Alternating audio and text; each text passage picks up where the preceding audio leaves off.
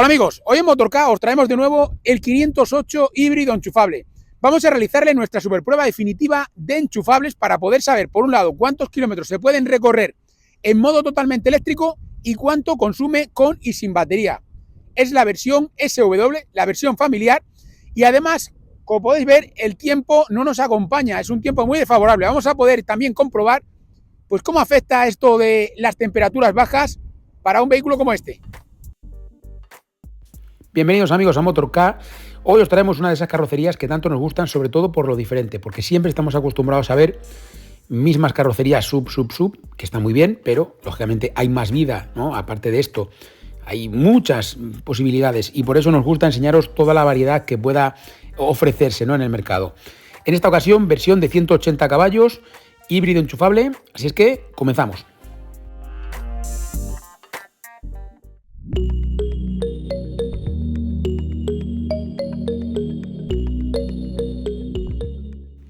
Ya sabéis que nuestra superprueba definitiva de enchufables comienza con el primer recorrido que hacemos en modo totalmente eléctrico, haciendo uso únicamente de la parte eléctrica.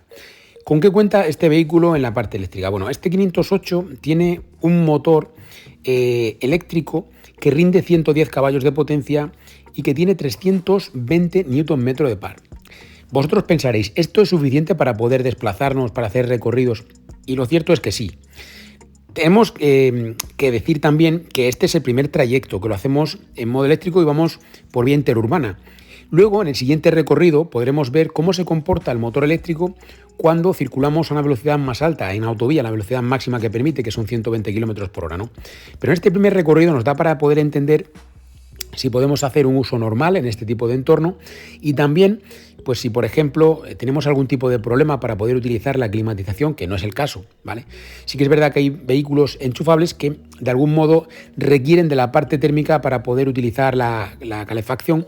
No es el caso de este coche, que puede ir en eléctrico sin ningún tipo de problema y no lo necesita porque tiraría directamente de la bomba de calor. Bueno, vamos con el primer resumen, si os parece, y empezamos ya con los primeros datos y de alguna manera el primer análisis. Bueno amigos, pues ya hemos completado el primer recorrido, modo totalmente eléctrico, y hemos visto ya la cantidad de kilómetros que podemos recorrer con este coche utilizando únicamente la parte eléctrica.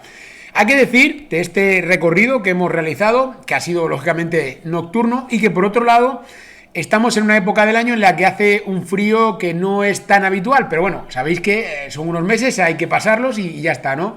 Bueno, hemos tenido una temperatura en torno a unos 5 o 6 grados aproximadamente, en algún sitio en algún momento un poquito más, pero bueno, más o menos esta ha sido la temperatura. Lógicamente esto ha afectado a la hora de ver ese resultado que hemos podido comprobar, ¿no? Esos 57 kilómetros que hemos sido capaces de completar en modo totalmente eléctrico. Bueno, ahora vamos a volver a cargar la batería de nuevo y vamos a emprender el segundo recorrido, segundo trayecto de esta superprueba definitiva, donde vamos a comprobar cuál es el consumo de este coche, de este 508 SW Hybrid. Además recordemos que es el de 180 caballos, ahora ya va a entrar en funcionamiento la parte térmica, entonces vamos a ver qué ocurre. Vamos a volver a cargarlo y vamos a ver cuánto consume con la batería cargada en el trayecto habitual de 120 km por hora, ya sabéis, mismo recorrido de siempre. Continuamos. Segundo trayecto, modo híbrido con la batería cargada a tope, comenzamos de nuevo y ahí veis también un poco las estimaciones de autonomía que no son nada halagüeñas en muchos casos, pero que bueno, a veces se acercan más a la realidad, a veces se acercan menos, simplemente pues es un dato que nos vale en algunos momentos pero que no es algo totalmente cierto, ¿no? Hay siempre que basarlo en la experiencia de cada uno. Hacemos uso de la climatización, como es habitual. Tenemos bastante información en este nuevo infoentretenimiento que nos ha brindado este 508, ¿no? Cada vez se va mejorando más, se va puliendo más. La temperatura, como veis, es bastante baja. Esto de algún modo nos va a afectar y nos ha afectado también en el trayecto anterior, que era una temperatura baja y además debéis tener en cuenta que era de noche. Entonces, cuando hablamos de que son temperaturas muy bajas, que alguien puede decir, no, es que donde yo vivo hace mucho más frío. Lógicamente, nosotros siempre tomamos la referencia de la temperatura media en nuestro país a lo largo de todo el año en todas las zonas, ¿eh? La media de todo serían unos 16 grados aproximadamente. Esto no quiere decir que haya zonas en las que, como os digo, puede hacer más frío.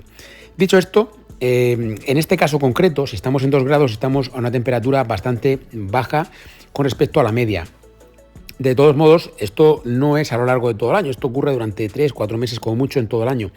El resto, pues lo que tenemos es una temperatura mucho más agradable. Y sobre todo si nos movemos por el día. Ya sabéis que el tema de la noche también es algo fundamental. Bueno, ya centrándonos en lo que es la prueba, circulando a 120 km por hora este coche, utilizando de forma alterna la parte eléctrica y la parte térmica, pues puede moverse sin ningún tipo de problema en esos 120 km por hora, que sería la velocidad máxima, lógicamente, que tenemos apuntada en el control de velocidad de crucero, y que de algún modo pues confirma que podemos ir con esos 110 caballos en eléctrico a 120 sin problema alguno. De hecho, debéis tener en cuenta que tenemos igualmente 320 Nm de par, que es un par motor considerable para poder desplazar un vehículo de esta naturaleza sin mucho problema, ¿vale? Así es que en ese sentido no tenemos ningún tipo de complicación. Vamos ya con el segundo resumen.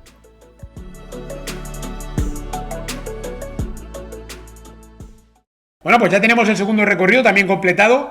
Yo creo que no ha estado mal, ha sido un buen resultado el que hemos podido comprobar durante este trayecto de 100 kilómetros, recordemos, haciendo uso del control de velocidad de crucero y a una velocidad que es, como os digo siempre, la máxima permitida por la vía, ¿no? Que casi todo el trayecto es de 120, pero lo importante es que lo podemos comparar con otros muchos vehículos enchufables que han pasado por el canal. Bueno, hemos conseguido esos 3,4 litros a los 100 y hay que decir de este coche, pues que es un coche que va muy fino, que va muy bien, que no se nota una gran diferencia con el 225 caballos, sobre todo porque en la parte eléctrica tenemos exactamente lo mismo, y sobre todo cuando podríamos llegar a notar esto, cuando podríamos llegar a percibirlo, es en el momento en el que de alguna manera pues necesitásemos un extra de potencia. Y como os digo, a 120 no necesitamos tener ningún extra de potencia, porque incluso podemos ir en modo totalmente eléctrico sin ningún problema.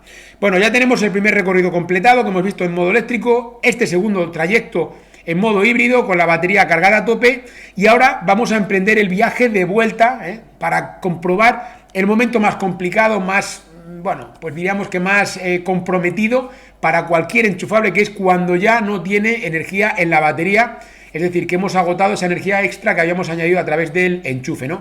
Continuamos con el último recorrido, a ver qué pasa. Tercer y último recorrido, modo híbrido con la batería agotada, viaje de vuelta, a ver qué ocurre. Simplemente deciros en este momento del viaje que no me voy a cansar de repetir que solo existen dos webs oficiales de Motork. Una es motork.com y la otra es motork.es. No existe ninguna otra web oficial, ninguna otra web que os pueda mostrar los datos detalladamente como los tenemos en motork.com, ¿vale? Lo digo porque estamos viendo todo tipo de clones, copias, incluso gente que de alguna manera intenta pues plagiar lo que hacemos aquí en el canal, y también, por supuesto, hasta el nombre, ¿no? Que sepáis que este canal, Motork Eléctrico, solo tiene esas dos webs oficiales y es un punto fundamental. Nos centramos ya en la prueba.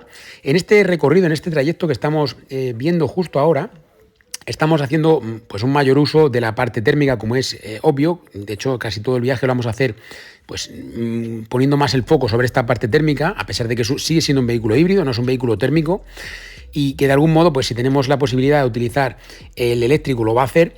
Pero aquí el que destacaría pues sería ese motor, en este caso de 150 caballos, que es muy parecido, por no decir que es prácticamente casi el mismo motor que tenemos en el caso del de 225 caballos. Son pequeños ajustes que tienen, porque tienen misma cilindrada, tienen misma alimentación, todo es exactamente igual, salvo que este tiene un poquito más de par motor. Fijaos, ¿no? Con menos potencia tenemos un poquito más de par, y esto de alguna manera repercute en el resultado final. Bueno, vamos ya con el último resumen y os cuento todo. Un momento. Antes de que sigamos con el vídeo, te recuerdo que tienes disponible la web oficial del canal, motork.com, donde podemos ayudarte a conseguir la mejor oferta para ese vehículo 100% eléctrico o híbrido enchufable que estás buscando. Recuerda que en motork.com podemos ayudarte a conseguir la mejor oferta. Continuamos con el vídeo. Bueno, pues ya tenemos el último trayecto también, ya sabemos cuánto consume cuando este coche se queda sin la batería. De alguna forma, hemos dicho muchas veces esto de sin batería, nos referimos a que se ha agotado la energía que habíamos introducido en el vehículo a través del enchufe, ¿vale?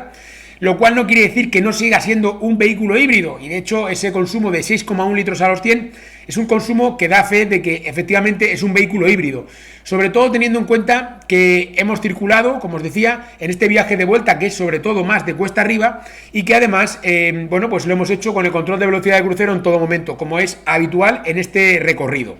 Cosas que os quiero contar sobre este coche, ¿no? Y sobre la prueba en general. Es un coche que, aunque no hayamos conseguido el mejor resultado desde el punto de vista de la cantidad de kilómetros en eléctrico, yo creo que se ha defendido bien, las circunstancias son malas, ¿eh? Todas las pruebas, las diferentes pruebas que hemos visto se han desarrollado en una temperatura de entre 2 y 6 grados aproximadamente y, lógicamente, nos están moviendo en unos parámetros que no son nada beneficiosos, especialmente cuando nos movemos con la parte eléctrica o le damos mayor prioridad a la parte eléctrica.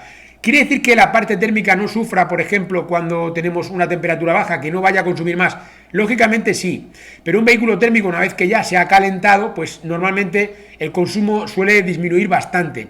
Sin embargo, en el caso de un vehículo eléctrico, esto no siempre es así y las temperaturas que puede alcanzar una batería son muchísimo menores a las que pueda tener un vehículo térmico y no podemos aprovechar pues elementos del propio calor que desprende el vehículo, sobre todo cuando hacemos uso de la climatización. Bueno, esto si queréis hablamos un día porque esto es para hablar largo y tendido porque es un tema interesante además.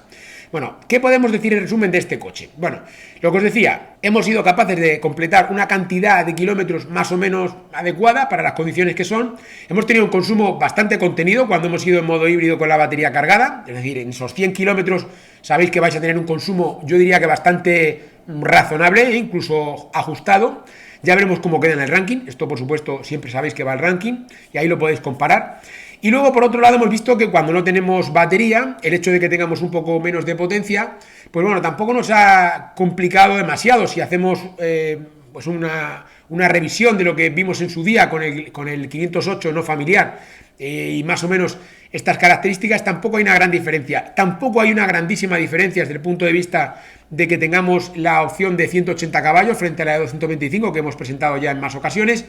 No vemos que haya grandes diferencias en ese sentido y creemos que, bueno, que de momento estos no son factores fundamentales para decir, mira, me interesa más este coche, me interesa más el otro, simplemente mirando las potencias, porque esto al final va un poco de prestaciones, más que otra cosa, pero realmente no va a ir en el plano de la eficiencia, no va a afectar, por lo menos de una manera importante no lo hará.